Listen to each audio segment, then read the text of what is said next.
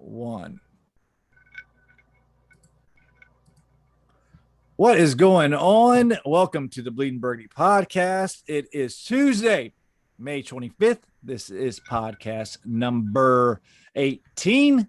I am with my co-host, as always, Keith Gray and John Taman. Keith, how you doing, buddy?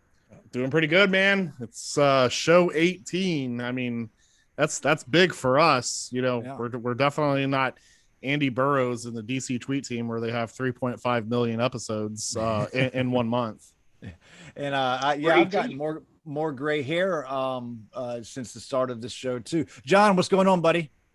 I'm glad we're 18 because I've been wanting to get laid for a long time, and now it's legal. Oh, yeah. Hooray, hooray, hooray. Gotta like that. Gotta like that. So what's going on, fellas? There's not a whole lot going on in the Washington football realm. We did have OTAs start today. We had a couple players and coaches talk. We had a firing of a beloved receptionist. We have all the Twitter GMs clamoring for Julio Jones. And we also had an interview with the owner of the Washington football team, Mr. Danny Snyder, and also Jason Wright or Jason Wrong will join us later on in the episode. But first, I want to start off with, of course, the fan base. It seems like every time there's a player available, we have to go get him. And of course, I'm talking about Julio Jones.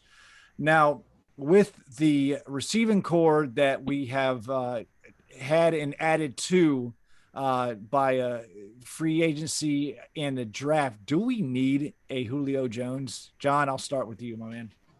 I say no. I mean, it's nice. You can look at him and see all of the superlatives and all of the numbers and everything like that. But you know what? What's Atlanta won? They've won their division twice in the last since he started his career. So I've had people tell me, "Oh, he's a winner. You got to have winners on your team." And yeah, you do have to have winners on your team, but you don't need $23 million cap hits on your team, especially when you only have $20 million left to spend.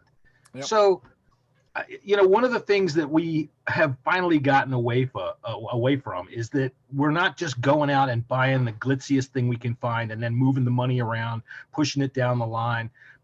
These things got this team in trouble so much in the past in Mr. Little Snyder's reign of terror that he had in the early 2000s of how he was just throwing money around to everybody he could find.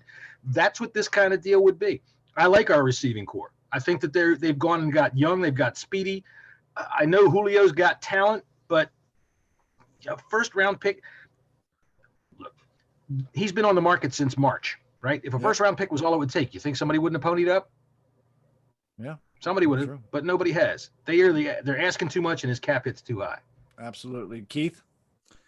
Yeah, I mean, if the question was, do we want Julio Jones? Absolutely, sure. Why not? I mean, he's a top athlete, he's a superstar within his, position. He's obviously can make any team better. But do we need him? No. I mean, look what we already did in free agency. I mean, if the availability was going to be there, before the Samuel signing, I said, sure, why not? Let's do it. But, that's not where we're at. And so now he officially wants to leave. He's, apparently they made a phone call on Undisputed. Oh, yeah. And that was funny as shit, though. Yeah, staged. Yeah, absolutely, it was staged. But sure it was. It basically that was his message of letting all the teams know he's available. And right, to be quite honest, I mean, if you're following what Ron is doing, especially with the offense, and the receiving core, is they're staying young. Yep. And Julio Jones does not fit that narrative. And also, let's be honest too, if we're talking about Ron changing the culture, what does it say when a player says he doesn't want to play for the team that he's currently contracted to play on and he wants to go? Sure. And I know with me saying that might be an actual stretch, by involving it with culture change and all of that, because of course I don't think Julio Jones is a bad guy by any means. I just don't think that the people who are saying let's sign Julio Jones are really paying attention to Ron's plan. And my thing, I feel like Ron's plan is youth, and he's trying to build a team. And when you talk about cap hits and all of, possible draft stock or whatever the case may be, that's just not the direction, that we're going. We didn't do it in the draft, and we're not going to do it with Julio Jones. True. Keith, you hit on a good point. When you said, would we want Julio Jones? Sure. I mean, before we signed Samuel, who wouldn't want a Terry McLaurin on one side and a Julio Jones on the other side? That would be a pretty dynamic duo right there.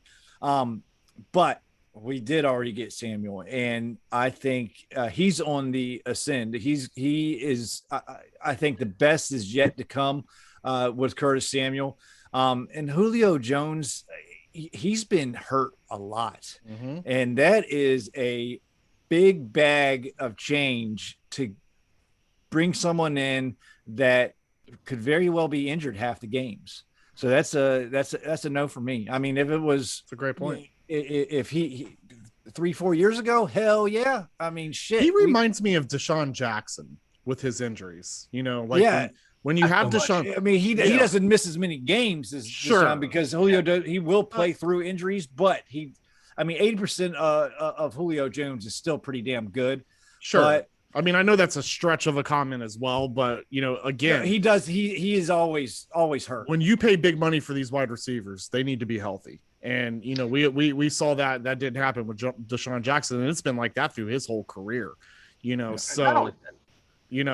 thing about it, I think. Sorry, go ahead, Keith. No, I'm done. No, cut me off. I was just going to say, if you look at the offense that we've built, you mentioned Curtis Samuel. For one, I think he's the only guy on offense that we signed to more than a one-year deal. He's one of the few guys that we signed to more than a one-year deal. Right. So when you look at the rest of the offense, it's compact, it's fast, it's faster than shit. And Julio, he doesn't really fit what we're trying to do.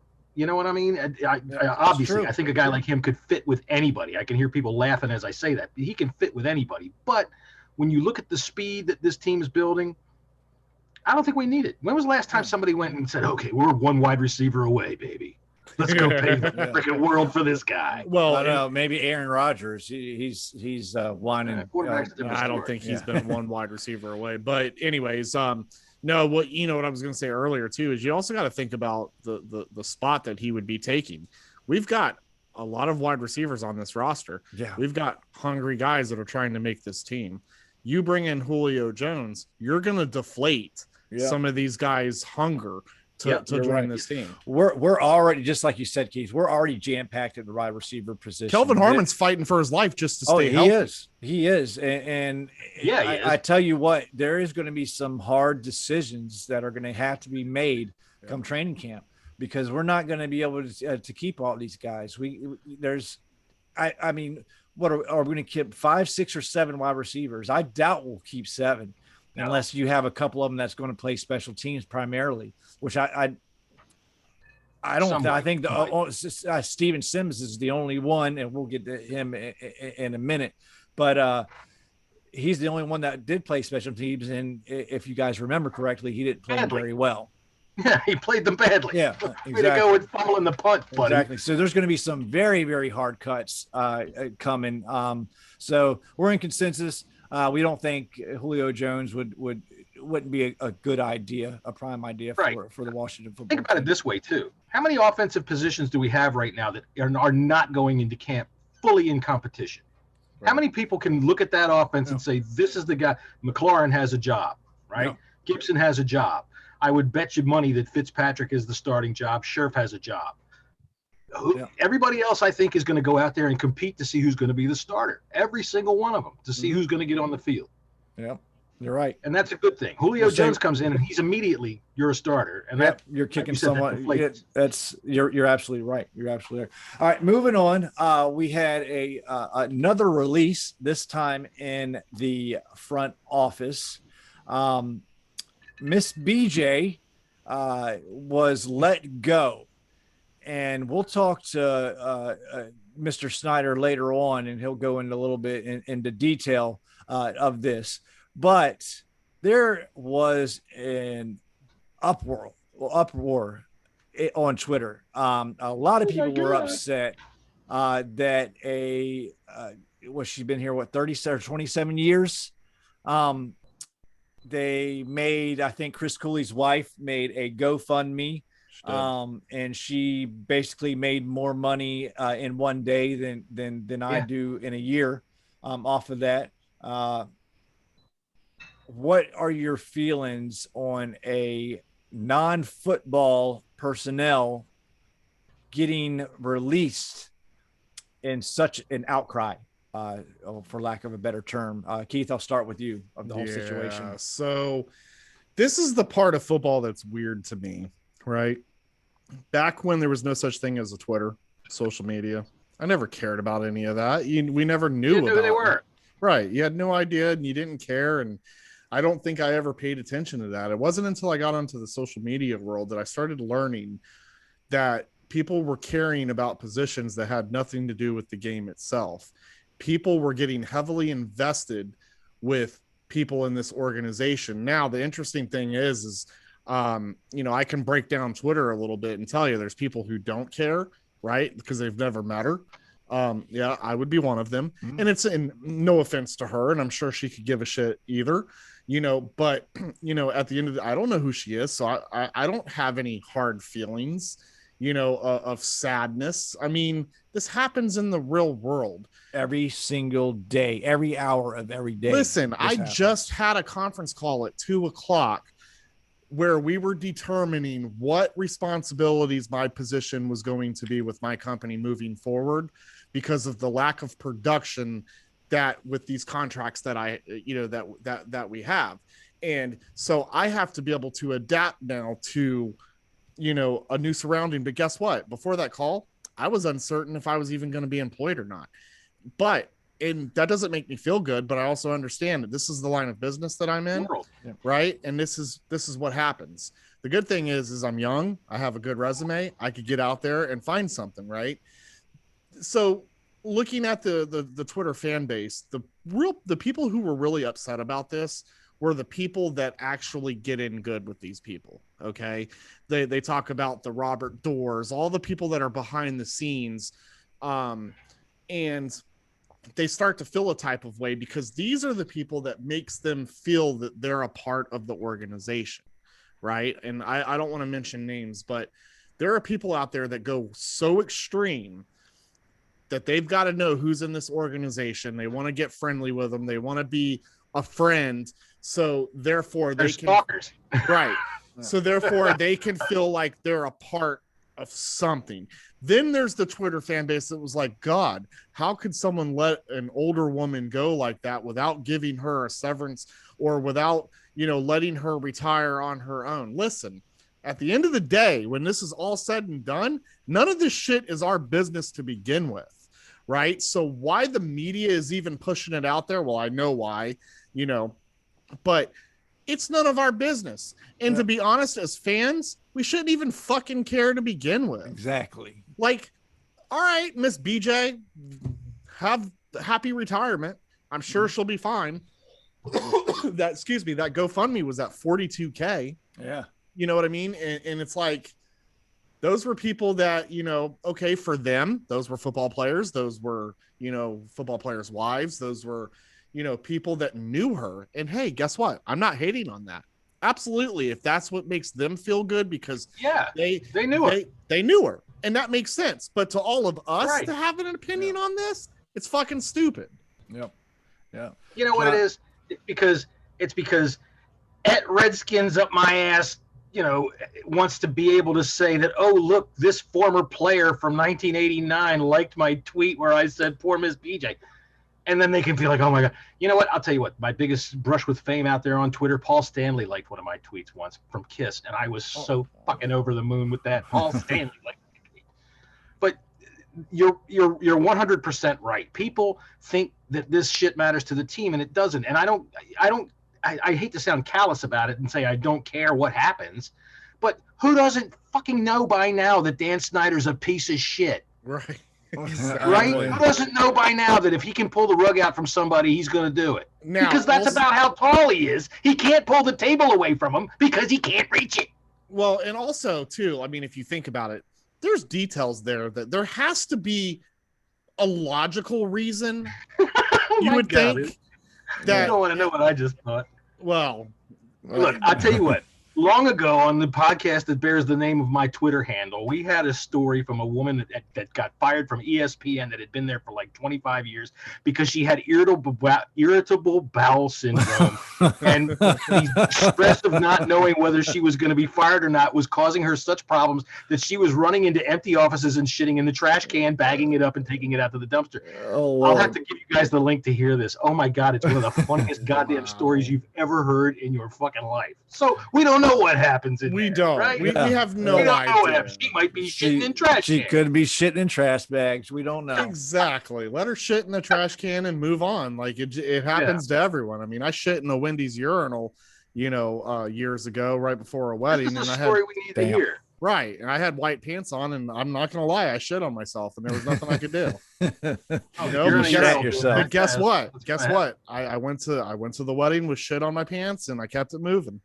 Hey, sometimes you just got. You were the best man. I was up there I was up there. He's an usher. I got a shit story too, but we'll leave that for the another podcast. This one's more recent. That's a true story. we can't overdo it with that.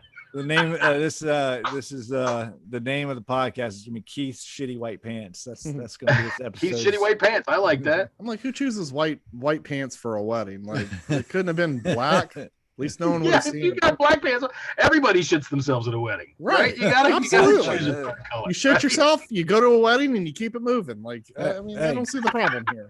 In the old days, that's why they had 20 flowers around to cover the smell of all the guys that shit their pants while they're standing up there at the altar. Exactly. That's it right there. Look, I got some flack on Twitter because I put out a tweet because I was kind of pissed off because it rubbed me the wrong way. And I said I had no sympathy. And look, I feel bad for Miss BJ. We don't know the reason. I'm sure she didn't don't go back down from that shit, Jesse. You don't feel bad. No, listen. Don't feel bad. You shouldn't have to. Don't let people make you feel a type of way. I don't in a way. Look, sorry. Look, I've been there. My position was eliminated and I got let go too. Okay. But what I was pissed off at is there was a lot of other people that got let go of the organization too. And what did they get? They didn't get shit. Okay. No, Calvin, the guy that changes the urinal cake, got fired and nobody gave a damn. Exactly. Okay. Poor Calvin. But she gets fired, and then the next day she gets fucking $42,000 from other people. How do you think those other motherfuckers felt that got fired on the same day? It was like rubbing it in their fucking faces, and it fucking totally fucking turned me fucking off. It turned me fucking sour, and I lost my shit. I really did. I thought it was. Everybody was just kept retweeting and fucking. What about the other fucking people? What do they get? What do they get out of it? It's all false. They just want people to look at them and think they're compassionate. Look, that's a nice guy. Maybe I'll fuck him. That's what they're looking for. They want the women that are on Twitter to look at him and go, "Hey, he's fuckable." What? Like at the end of the day, that's what it is. Like we said earlier, it's fucking. It happens every day. It shouldn't have been a fucking story, and it just irritated the piss it's out of me. None of our business. I think that's what people needs to understand, that just because they're social media, right, doesn't mean that we need to be involved in the decision-making process of letting a receptionist go. I don't care that she's been with the team for 29 years. I don't care that she's 74 years old. That sounds mean, but guess what? I never heard of her before. What the fuck is she working anyways? I've never even heard of her. Right? Yeah. So let me here. Ready for this? This is how it goes. This is why she's fired. Hello, you called the Washington Redskins. I mean the football. Hang on, I'll transfer you. Oh, wait a minute. Hello? I'm sorry. Hello? Yeah, she probably answers the phone. Ahoy! Ahoy! Exactly. All right, I'm making fun of it, and people are going to get mad at me, but that's what I do. So get Fuck mad him, at let me. him get mad. Fuck him. Give a Fuck 'em. shit. Anyway, all right, that's enough about Fucking happy BJ's. Let's see what else we got down the pipeline. Oh, we signed a new tight end today, and Ricky Seals-Jones. He was last on the Kansas City Chiefs. He didn't play a whole lot last year. Obviously, they have Travis Kelce, probably the best tight end in the game. But hey, he's supposed to come in, and he's going to be our tight end too. Now we got 3 guys in Logan Thomas, Ricky Seals-Jones, and John Bates as our blocking tight end. Our tight end room is starting to look pretty good now. It's full.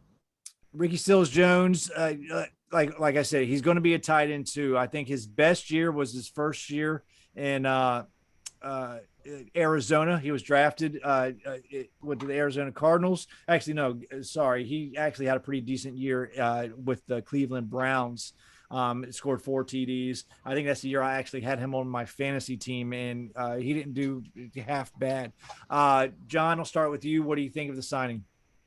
I think that the signing is not bad. It doesn't hurt anything at all. It brings in a somewhat veteran presence. I'm sitting here trying to look up our depth chart because I can't remember this goddamn. Oh, Tamarick Vanover. All right, so we've got a full tight end room. I like his name to be brought in there as well. I don't think he's going to have much of a chance because I think Sammis Reyes is going to take that spot.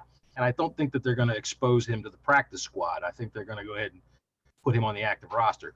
But I don't see anything wrong with it. People were always hollering, oh, we need tight end, we need tight end, we need. But, of course, with our fan base, like we discussed with Julio Jones, that tight end better be the best name that we can think of. Otherwise, it's just not worth it. And somebody like Ricky Seals-Jones can come in and provide what we need for that position at what he's going to do, which is be a tight end 2 or tight end 3. Yep. I don't have a problem with it. It's not like we paid him a ton of money. Like I said last week, if Ron is on board with this guy, I'm on board with this guy. Everybody he's bringing in says the same thing about the connection he's making with them. So they're coming here to play for him. They're not coming here because Dan Snyder overpaid him, right? Absolutely. So I'm good with it. Keith, what do you think about it? Who? Ricky Seals-Jones. Seals-Jones. Damn, move on. I don't care. He's named after a marine mammal, Keith. I don't even know who this person is. I like you sprung this on me. And I'm sorry. I forgot you don't know shit about football. Okay. Yeah, right. Like, come on. Like, he lives in Philadelphia. Fuck, you know I only know about quarterbacks. You want me to talk about a tight end? Get the fuck out of here. I don't even know who that is. I think it was a solid What signing. ambassador is this? Yeah, no shit. Oh, you're right. I still haven't got rejected yet. Oh, I think it's a great opportunity for Ricky Silas the third to come in here and compete for the tight end position. You know, in Ron I trust. That's right. We need to get you a top hat for these segments. Yeah, I have no idea who the guy is. I don't know if it'll contribute. Does it hurt? I agree. No, it doesn't hurt. Bring in people for competition. Bring the best people on. You know, then if this guy is, you know, whatever he's good at doing, what kind of tight end is he? Does he block? Is he a catching tight end? What does he do? He does a little bit of both. Oh, he does a little bit of both? Maybe. Yeah. All right, whatever. I saw that in 2018 he was targeted 69 times but caught 34. Now either that means Murray overthrew him a lot, or no, it wasn't even Murray. Who the hell was it in 18? Was it the freaking guy out of UCLA whose name I can't even remember? Rosen. Rosen. Is that who was throwing to him? They were pretty. They were definitely pretty in 18. It wasn't Kyler Murray, so yeah. Targeting with Rosen might mean in the same zip code. I mean, you got a guy who was targeted 69 times. Maybe it's a good number. It's a good number. There's your fan ambassador, ladies and gentlemen. Yep, bring him in. Bring him in. All and right. Let's lickety split. Moving on. OTA started today. I want to touch on who was not there. A couple of big names. The biggest, Steve Sims Jr. was not there. I'm kidding. He was there. I don't fucking care if he ever comes back to tell you the truth. I But don't know why he didn't bother. Montez Sweat and Chase Young were both absent from the start of OTAs. I'm going to get my feelings out first, and then you guys can come after me. I was kind of disappointed in that. We had I know the NFLPA have been pushing for players to skip OTAs. This is optional. So if everybody doesn't know, this is optional. Chase Young and Montez Sweat are supposed to be working out on their own, but as future, well, not even future, they are leaders of this team. I mean, Chase Young was voted a captain last year. I expected him to be there, to be honest with you. I think he should have been there and led this team like he's supposed to do. I was disappointed in that. John? These are your two starting defensive ends. I'm disappointed as well. You know, these are not 10-year veterans. They haven't been there that long. One's coming on his second year. The other one's coming into his third year. If for any reason, show up to show the young boys that are younger than you, which are very few, show up to show people that you're showing up. And I mean, I don't understand the reasoning for not doing it. You can work out on your own in the weight room, but I don't know that you can work out on your own in practice. How are you going to do that? I'm not a fan of this. Yeah. Steven Sims Jr., on the other hand, dude, what the fuck is the matter with you? Good Lord, you need everything you can get. Holy shit. Yeah. Yeah. At the very least, you need to show another team you can play. Exactly. Keith, what's your thoughts on the situation? You know, it's really weird because if this was you or I, right? Or, you know, John, we'd be dressing up. You know, we'd be dressing up and we'd be there, you know, just because we love this team. You know, we're fans of this team. I don't know if I want to put a whole lot. I would say, I don't want to say that I would be disappointed. I just think that I would have wished they would have been there again to show team unity type of deal. Right. But primarily, I also question, like, is that kind of overrated or not, you know, type of deal?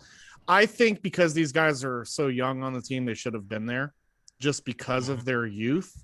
And, you know, I think more positive would have been felt from it, you know, than them not being there. But is this detrimental? No. And I don't think you guys think so either.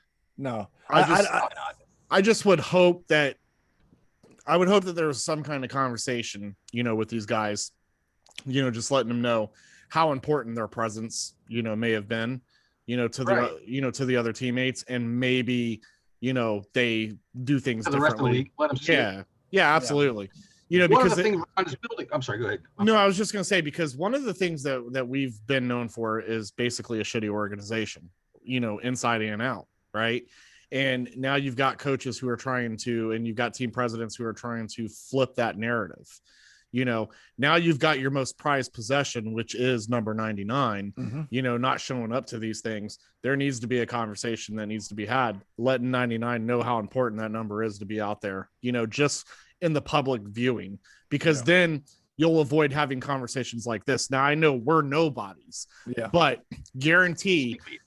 Well, you're right. And I'm nobody, but I don't. You know, I'm still in the running for fan ambassador. Right, so, you're more of a nobody than me. Yeah. So, I just think that more so to give the public eye a different opinion about where this team is and where it's going. That conversation probably needs to be held. I don't know. It's not like our fan base is reactionary and goes off over stupid things or anything like that. You know, I think that really what Ron is building is team unity. His whole project here is built around them all being a single unit. When you see these videos, and we all remember when Chase Young is grabbing Taylor Heineke by the and pointing at his name, right? Pointing at his name. That's why you show up. That's why you show up. Not only just for the team, it's for our team.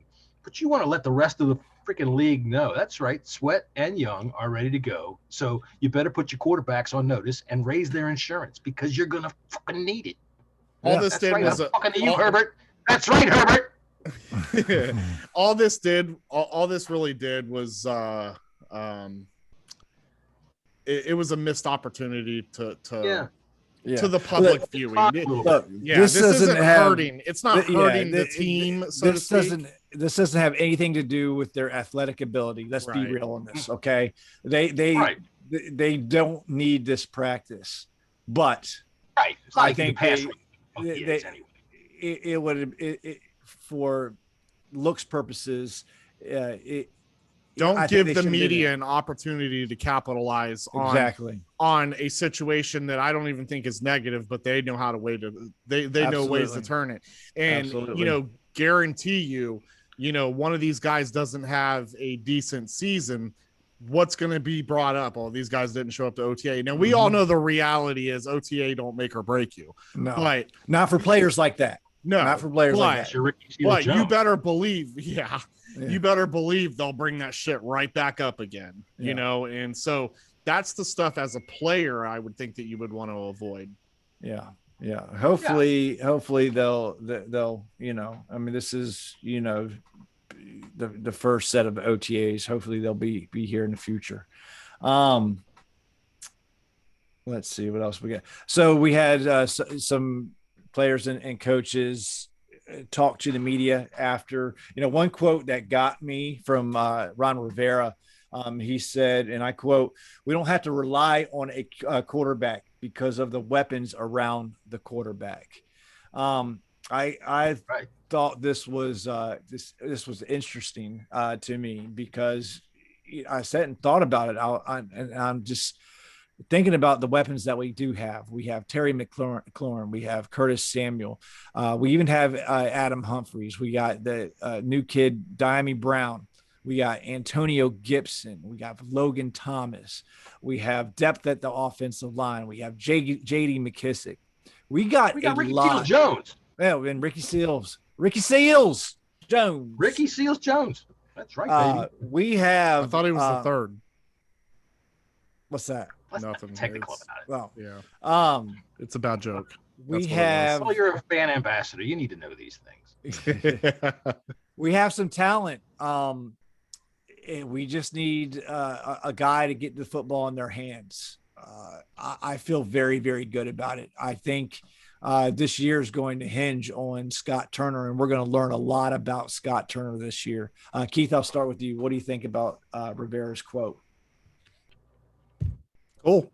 I mean, I don't really have much insight. I just, like I said, I think we've got all the people in the place. You got camp. You got these guys who are going to be battling it out.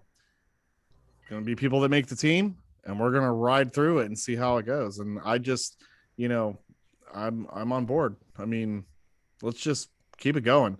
People talk is cheap to me. I don't really pay attention to any of that stuff. I want to see production out on the field. Yeah. And I've always been the guy where I don't want to hear someone talk. Like, shut the fuck up. Like, I want you to catch balls. I want you to run. I want you to score. I want you to do the right things that you're supposed to. I want you to block. I want you to do your job as a fan. So, and I want to win, as a fan, because I love this. And that's just, anybody would want that.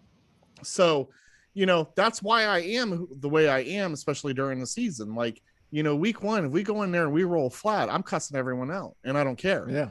Yeah. But then come Monday, I'm over it. On to the next week, and we keep You'll be cuddly again. Right. I'll be cuddly again. And, and that's just the way that I see it. So all this talk, not interested. I don't want to hear it. I want to see it. No, I got you. John, you got any thoughts on that? I'm an Oriole fan. Winning is something I'd like to experience. So, let's get to it, please. I think what Ron is saying right there is to people who insist that you have to have a franchise quarterback. And he's telling you that we don't have one and we're not going to need one. Whether that proves to be true or not, I don't know. It depends on expectations and how far people think we can step this year. I'm thinking we can definitely step up into the 11-win category and win a playoff game. Get to the second round, all right? Maybe even further, depending on injuries, how things roll. But that's, I think, what the goal is right now. So he's trying to calm fans down who think you got to move heaven and earth because everybody has to get this.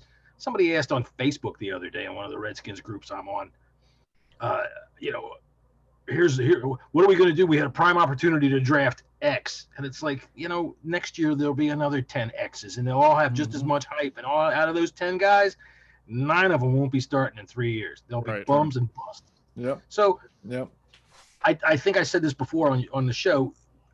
We can win with defense and running game. How far we can win, I don't know. Tom Brady's still in the league, and I think he's thrown the whole curve for 20 freaking years. Yeah. All right. Yeah. It seems like you need a franchise quarterback because you got to get past him, and that's a hard thing to do.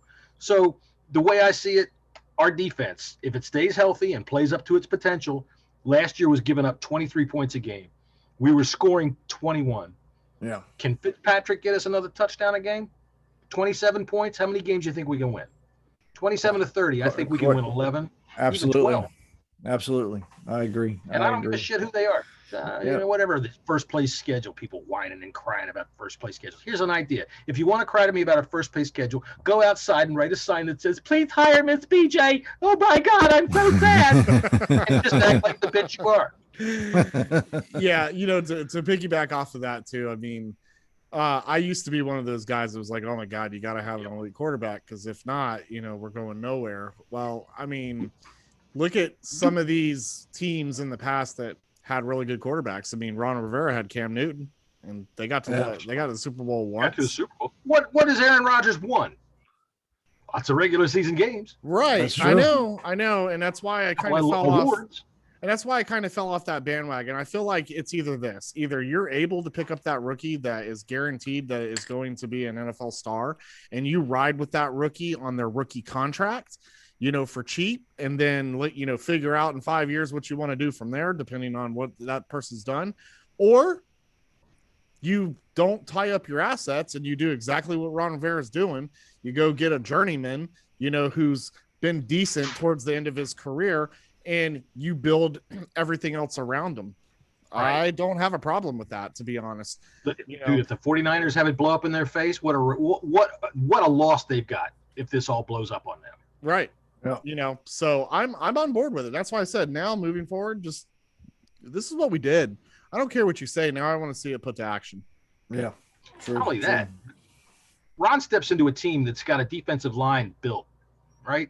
For the last 3 years prior to him coming in there, we worked defensive line, and it's deep. He comes in, drafts Chase Young. So, yeah, work with the parts you've got. We can win on defense. We can win. So absolutely. Absolutely. You know, hearing Fitzpatrick talk, you know, after his press conference, you know, he was talking about building relationships and having the dialogue with, you know, his offensive linemen and his wide receivers. I think I just like the guy, and whether he plays good for us or not, he seems like the right person to be under center at the right time for right now. I think I personally think with the team behind him, he's going to play even better than he did in Miami and in his past destinations that he's had, because he's got a better team around him. I just think if he, you know, makes smart decisions and give the balls to the playmakers, he's going to be just fine. But I really like the guy. He just seems so down to earth. He seems like John, like me or you, John. I don't know if he's not like Keith, because Keith's just out of this world. He's a fan ambassador. He's got to be highfalutin. But he just seems like one. Said the other day, nobody uses the words highfalutin anymore. Well, there you go. He just seems like just one of the guys. You know, he just doesn't have any snottiness or you know, doesn't seem like a dipshit like some other, you know, quarterbacks that, you know, think their shit don't stink. He just seems like a down to earth guy.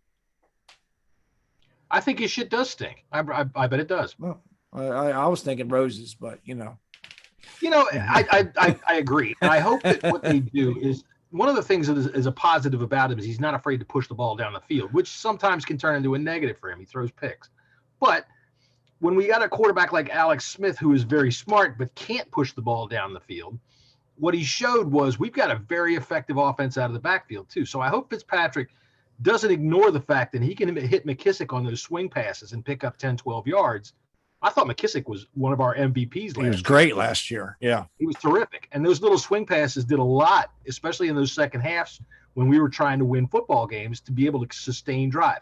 So as long as Fitz plays smart, and I have no doubt that he will, I think we're fine. Yeah, absolutely. Absolutely.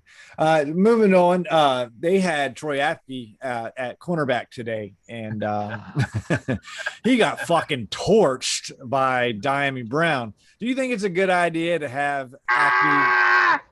Is it a good idea to move Apke to cornerback, or should he just fucking get cut now? You know, speed is speed, right? Yeah. Speed is speed, right? So if he can't play safety and he can't play cornerback, then he's the guy that can get the sodas back from the machine while they're still cold. And in training camp, right. that's important.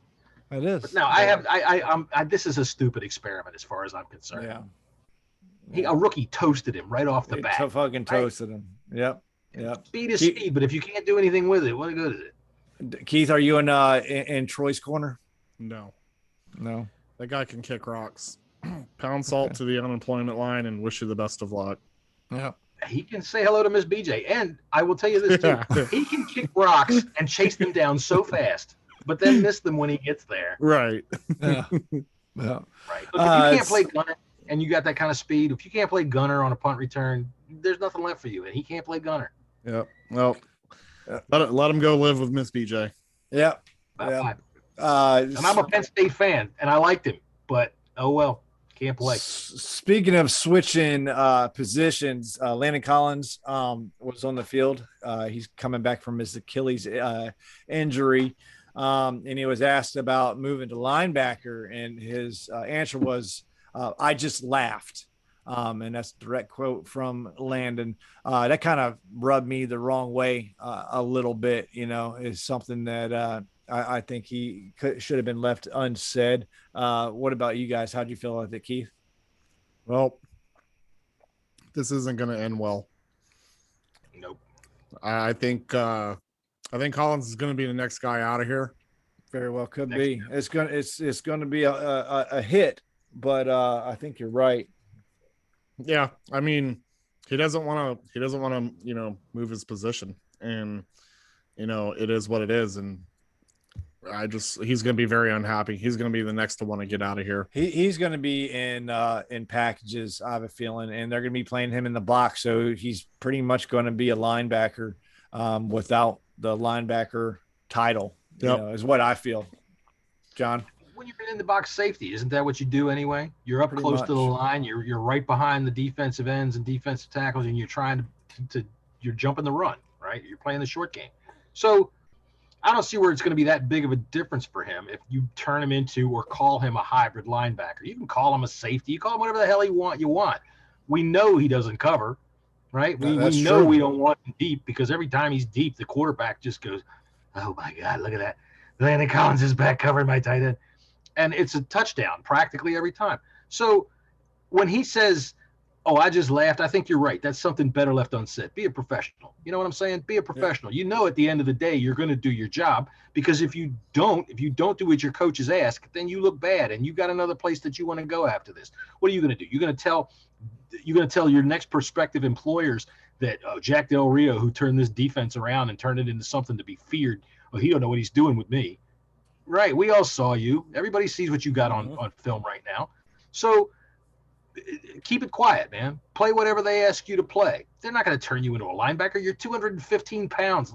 Jesus Christ, don't be stupid about it. But they'll turn you into a hybrid, a Sua Craven's role with brains and an emotional stability. So that hybrid role. I can't remember the name of the linebacker from the Raiders. He's a safety. He's freaking huge, but they play him almost like a middle linebacker. So it can be done, and that's a bad example because the Raiders' defense is horrible. Yeah, you're right about that. All right, let's move away from the OTA talk, and now it's time for everybody's favorite segment, Keith's Cuddles. Wait a second. Hold on a minute. I think we're going to go back to Keith's Cutting farts with Keith. Cutting farts with Keith. Are we switching back? Is it going to be Cuddles or Corner? This week, let's do Corner. Okay. Here we go. Keith, you have the microphone again. For you first-time listeners, we have no idea what's going to come out of Keith's mouth. He has the microphone, and it's yours, buddy. So it's been really difficult to be rah-rah, especially when I decided to turn rah-rah and all the Aaron Rodgers news was happening. And I just kind of kept it cool and went on about my life and just went go team and tried not to pay attention to, what folks were saying about that. And I thought I did pretty well. But then the Julio Jones thing came up, and that just really irritated the shit out of me. Listen, I am so sick of this fucking fan base who, again, and we touched base on this in the beginning, that thinks that everyone who becomes a free agent, one, wants to come to Washington, two, that we should go get them. Over it. Shut the fuck up. Apparently, you just don't pay attention. We already got 187 wide receivers, right? That's a lot of wide receivers to cut. And you want to add Julio Jones to the mix? It's not fucking happening. Chill the fuck out. Shut the fuck up. And all this stemmed from one fucking tweet where, you know, media is like, Washington was one of the 5 teams that was, you know, that was, you know, trending upward. Hey, thanks for that. But guess what? Now what you did is have our fan base fucking slobbing, you know, penis over here, you know, on an opportunity that is not going to become ours. So, again, shut the fuck up. I mean, you don't pay fucking attention to what's going on. You know, again, 187 wide receivers. We don't need another one. And I don't want to hear, oh, Julio is good. Julio is one of the best receivers in the league. Fuck that. Julio was always hurt. Why are we going to pay him all that money? What, to come in, have a couple good games? Not interested. Move the fuck on. We got our receivers. Let these young guys battle it out. Let them fucking be hungry, right? And let the best men win and get on this team. Again, it's all about youth. I don't want fucking Julio Jones's old ass on this team. Sorry. And I know people are gonna be like, dude, you're stupid. You're crazy. He's good. And I'm just gonna say, shut the fuck up. He's expensive. He's not worth it. He's not joining this team. Why is it every time a free agent, you know, or someone who wants to leave, that Washington is the choice? Not everybody wants to come to the DMV. I don't know if you realize this or not, but guess what? Not everyone likes blue crabs. They're fucking disgusting. And if I had an opportunity, and if I had the opportunity to come to Washington, right, to come to Washington, and I had other teams, I wouldn't come to Washington. Fuck blue crabs. How about that?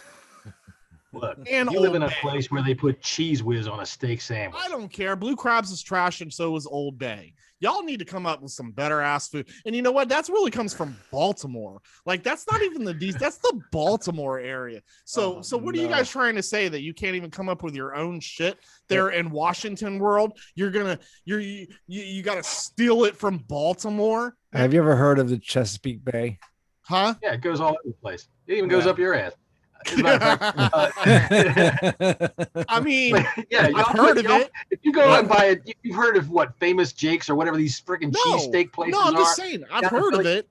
I've heard of the. You go there and they say you want wit or wit out, and if you say wit, they put fucking cheese whiz on your steak sandwich, and I want to puke. What the fuck did you just do? That's fucking nasty. Are you serious right now? Like, I don't even like cheese in a fucking can. Are you serious right now? I don't even like Philadelphia, but I'll fight both of you right now over that shit. Cheese whiz, cheesesteak wit whiz is way better than some nasty ass blue crabs that takes you 8.5 hours just to get some trash ass meat from. And like that's not how you first got laid. 8.5 hours. By the way, Old Bay is what we give to tourists. All right, if you live here, you know that J&O is the way to go. Whatever. All right. Well, I'm done with this. I'm just working on a sponsor here. I'm just trying. Yeah, absolutely. Well, Keith's Corner's done. All right. Well, I like the shut the fuck up aspect of it, but I do have something to say to add to this. Y'all do realize that Washington is added to every name of every free agent that there ever is, because Dan Snyder still carries that reputation of being the free spending, and they do this. Agents have the control of this stuff. They call up Jason LaCanfora, dumbass, and they say, the Redskins are interested. Yeah, and Jason LaCanfora goes up, and all that does is drive up the potential value, because the old Dan Snyder, everybody that wanted this guy would have had to jump up to grab him, because Dan would go fly the jet out, take him over to frickin' Duke Zeberts, and that would be the end of it, right? Offer him $100 zillion. But we're linked to everybody. Look at quarterbacks. We got linked to every prospective quarterback on the market except for the fucking one we got. Yeah, that's true. That's true. Yeah, it's true. So, every time there's a free agent, our name comes up. Absolutely. And I agree with both y'all, except for Keith about blue crabs, which is actually my favorite food in the entire world, hands down. Hell yeah. We'll crack some crabs there. Oh, hell yeah. Hell yeah. All right. Our listeners, now's the time you've been waiting for. We are going to share the interview that we did with Mr. Danny Snyder and Jason Wong. Let me get it pulled up for Wong. Isn't he a director? Yeah. Two rights don't make a wrong. Yeah. And let's see. You can find him also at Who Is J Wrong. Yeah. Keith and I would like to welcome to the Bleeding Burgundy podcast for an exclusive interview the owner of the Washington football team, Mr. Dan Snyder. Dan, how you doing? Okay, first off, let's be clear. It's Mr. Snyder. It's Mr. Snyder, and it's going to be Mr. Snyder from here on out, or I'm walking out of here. I apologize. I totally forgot about that, Mr. Snyder. We would like to thank you for coming on the show. First off, you were recently in L.A. looking at state-of-the-art stadiums with your president, Jason Wright, and you had an interview with TMZ. Why did you agree to come on our show? Well, it's this whole new look Dan Snyder business that Jason has me doing. He says it's going to help me repair my image, maybe make me some more money, get the people to like me again. He says if I connect with the fans, maybe I can rebuild some of that proud tradition of the Washington football team into something that people want to come see and pay for. I figure that means either mass communicating to fans through television like TMZ, or to the 3 or 4 people listening to your podcast. No, I understand. Yeah. Some were saying that the TMZ video was staged. 106.7's Grant and Danny were the biggest culprits of that. What's your thoughts on that? Well, for one, of course it was staged. I mean, come on, nobody recognizes me when I'm walking around in public, unless we're down in D.C., and then everybody just throws eggs and stuff at me. But in L.A., nobody knows how important I am. So, yeah, when we're coming in on the jet, I call ahead, we tip TMZ off, we offer to pay them for their services to come out and pretend to jump me in an interview. So they do. They bring out the cameras, they pretend to be there for a surprise. We all go, oh, my goodness, what are you doing here, this and that, and it works out just fine. Fools the schmucks just good. Grant and Danny, well, they have a great shtick. And frankly, just between you and me, that Grant, I let Kirk walk just to see if he could do it with Grant's nose so far up his ass. He walked all the way to Minneapolis. That was not bad. How's he doing up there? He winning anything? Now, it doesn't matter. Look, Grant and Danny, well, Grant's very knowledgeable on the inner workings of Kirk's bowels. And the other guy, let's just say, and I'm glad he puts funny in his name on Twitter, because otherwise it could be confusing. Hey, Keith, that Grant guy sure hates you, huh? Yes, Mr. Snyder, he definitely does hate me. Good. Look, that really helps you out in the fan ambassador standings, let me tell you. I'll tell you what, but hanging around that Bang guy, that sort of kills it for you, I don't like that bastard. He's always saying I'm a shrimpy little tyrant who runs my businesses into the ground. Well, okay, so I do run my businesses into the ground, but the shrimpy part is just an exaggeration. I am 5'3.5", and don't you forget it. Listen, Dan, I'll definitely never forget it. But we're businessmen. You forgot to call me Mr. Snyder. Mr. Snyder. One more time, I might have somebody come out to break your ankles. I can afford that. I'm a billionaire, and that's how we operate. Mr. Snyder, I do apologize. But as you being a businessman, you would understand why we have that Bang guy here. He's great for the show. He's a great contributor. I guess everybody likes to look at a car wreck too.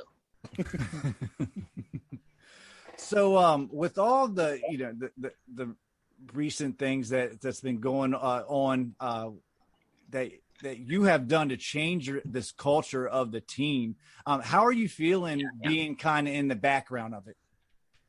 Well, I really don't mind being in the background. It's something I'm kind of used to. Usually you really have to pan the camera down to catch a look at me. You know what I'm saying? If there's a crowd scene, I better be standing in the front. Otherwise, nobody knows I'm there. It's much better to be in the background because, it gets embarrassing. Your friends call you up and say, hey, the Redskins just got scored on and they showed you in the booth and you look like you're really pissed off. And you know what? Fuck off, Bobby. I don't want to hear it. So, yeah, I don't mind it at all. Let somebody else take the heat for a change. That's understandable. Your recent longtime receptionist was let go, and folks on Twitter were really, really angry. Why was she let go and not allowed to retire? Well, look, we all love Miss BJ, but honestly, with a name like that, you'd think she might put out a little bit. And I'm telling you, not even once, not even one time. Larry Michael got her drunk at a Christmas party, and even that didn't work. So hasta la vista, honey. Plenty of fish in the sea. You hear me? Besides, this is America, and I'm rich, and I can fuck a sweet little old lady out of her retirement benefits. That's my God-given right. I mean, what do you think our military heroes have died for? People like you? Give me a break. You better wake up and smell the coffee, and you better damn well realize it's my coffee, and I'm only letting you smell it. Fair enough, Dan. Fair enough. Now, but I'm sorry. Look, listen, the next time somebody calls me that name without putting a Mr. Snyder in front of it, I'm going to have Tiny come over there and step on your foot. Mr. Snyder, what was the purpose of letting parking attendant Bobby Roadblock Fisher go? He seemed the kind of guy that you'd want to have in your organization. Well, that turned out to be a mistake. We were going to transition Jerron Christian to our new parking lot guy, but he went and signed with the Texans. Now, we've got plenty of time before preseason starts, and we're already in talks with the Cleveland Browns to acquire the captain of their Lot B team. And hey, we're doing our homework here. We put him through the paces. We're very impressed with his ability to set up traffic cones. He collects ridiculous parking fees like a champ. He especially has great skill at pointing at another guy who's pointing at someplace else where you can go park. And we think this will more than make up for Roadblock's absence. It's a sad thing, but it's a necessary thing. Okay, understandable. Now, is Jason Wright currently with you? Yes, he's brought my hot dog back. He's got just the right amount of mustard on there. He's with me, and he's got some great plans for the team, I can assure you. Jason, can you give us a little insight on what the team is going to be?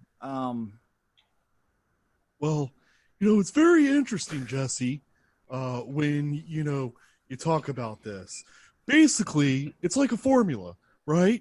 You understand what I'm saying, Jesse? It's like a formula.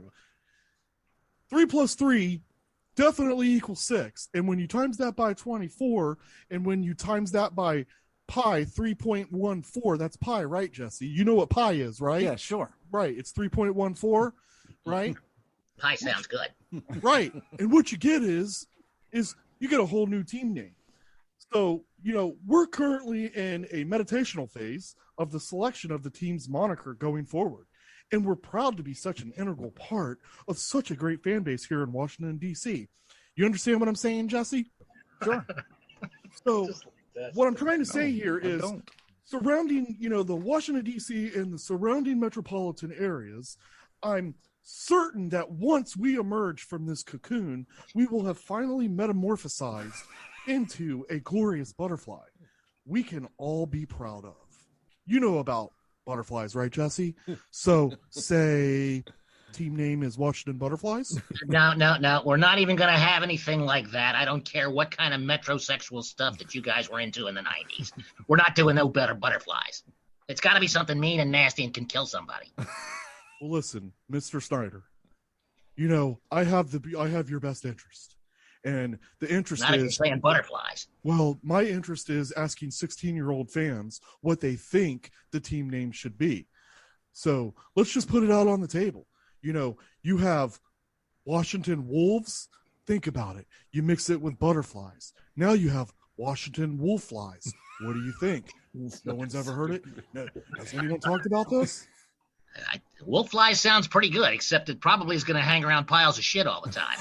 And I don't know that that'll make a very good decal for the helmet. Mr. Snyder, you might be onto something here. So I think what I'm going to do is I'm going to ask the whole world, right, if they want to be fan ambassadors, right? And then we're going to reject everyone but one guy. And that one guy happens to be on this show. And he's going to lead the way. And we're going to shake hands together, and we're going to come up with a new team name, and everyone's going to love it. You know why? Because we are the DMV.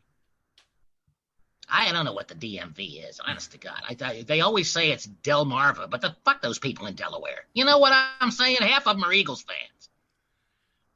Well, listen, Jason and Dan, I would like to thank you guys for coming on the Bleeding Burgundy podcast. Y'all go get to work on getting that stadium done and not getting in trouble. Keep your dick in your pants. Well, that's not too hard for me. Well, I don't know anything about that, but I do know that if you take pi 3.14, right? Bye. You put that in parentheses, right? And then you do +3, what you're going to have is a beautiful equation, and that equation will grow into a team name. So thank you, Jesse. Thank you for having me on your show.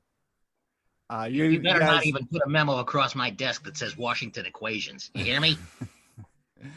You guys are welcome back anytime. Thanks again. All right. You have a good day. And there you have it.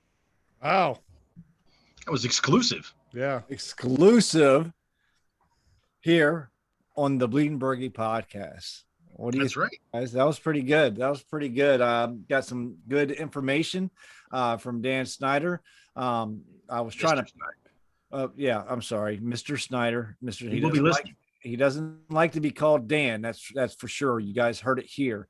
And Jason Wright had some, good information, especially the 3.14. That's pie. He likes pie.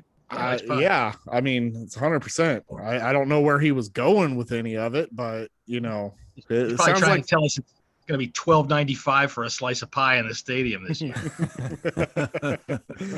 hey, guy's smart. He knows what he wants, and we'll see how it ends up. He wants pie. Well, that's about all the time we have for this week's episode of the Bleeding Burgundy podcast. Yeah, do you guys got anything else? Nope. Sorry, my system crashed. And, I texted you, Jesse, and it said, the fucking autocorrect said my system has crashed. I'm like, what the Jesus Christ, my sister crashed. I was like, did he have to go somewhere? I was like, wait a second, he's got it means my system. My sister crashed. Autocorrect has no sense. No, it doesn't. Well, this was day one of the OTAs. Hopefully we'll have some news this week to talk about on our next pod. If not, we'll just sit here, look at each other, and talk about Jack Dick. But we can always talk about that. Yeah. Well, I ain't got to go home, but I got to get the fuck out of here. Oh yes, that's right. You can catch Keith at KGSkins26 on Twitter. John, you can catch him at Bang Radio Hour, and me, Jesse's 24. We are always on there. If you have any questions, hit up our DMs. If you have any topics, we're always looking for content. Let us know. Hit us up. If you want to talk shit about Keith, just DM me and I'll read your tweet or your paragraph, if you will, on the shit that you want to talk to him for you. Yeah, drop us an email. Yep, that's it. Oh, you can email us at bleedingburgundy bleedingburgundy@gmail.com. I think that's what bleedingburgundypodcast@gmail.com. There you go. We'll get it one of these days. One of these fucking days. Just send three of them to three addresses. Yeah, just fucking email them. Get a return address. Try another one. Who gives a fuck? Now look, I know I mentioned earlier on the show that I had this bit about the woman shitting in the trash cans. All right, so I'm going to put this up on SoundCloud this week, and I'll send you guys a link. And anybody else that wants to hear the link, just hit me up. And good grief, it's funnier than shit. Jesus Christ! All right, I gotta go. Yeah. So did she. All right, guys. If you can check us out on YouTube, Google, Apple Pods, all the fucking podcast platforms. Hit us a like, rate us 5 million stars, or fucking not. We don't give a shit. We honestly don't. But until next time, hail to the motherfucking football team, bitches. That's right. Go, baby.